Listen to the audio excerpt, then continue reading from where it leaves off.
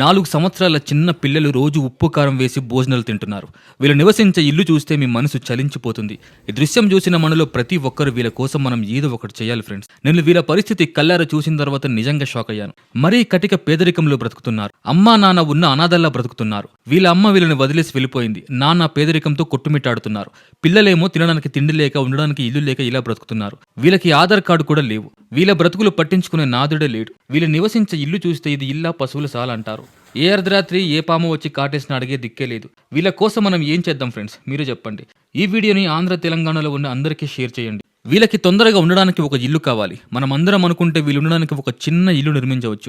ఈ వర్షాకాలం ఈ గుడిసెల్లో ఉంటే పిల్లల ప్రాణాలకు గ్యారెంటీ లేదు ఫ్రెండ్స్. వీళ్ళకి హెల్ప్ చేయాలనుకుంటే నాకు ఇన్స్టాగ్రామ్ లో మెసేజ్ చేయండి. నువ్వు ఇచ్చిన ఒక్క రూపాయినా వీళ్ళకి ఉపయోగపడుతుంది. నువ్వు హెల్ప్ చేయకపోతే హెల్ప్ చేసి మీ ఫ్రెండ్కి వీడియోని షేర్ చేయండి. లేదా వీళ్ళని నేరుగా కలిసి సహాయం చేస్తామంటే అడ్రస్ కామెంట్ సెక్షన్లో పిన్ చేస్తాను. మీరు నేరుగా వెళ్ళి హెల్ప్ చేయండి. కానీ ఏదో ఒక రకంగా ఖచ్చితంగా వీళ్ళకి హెల్ప్ చేయండి. మర్చిపోకుండా వీడియోని అందరికీ షేర్ చేయండి ఫ్రెండ్స్.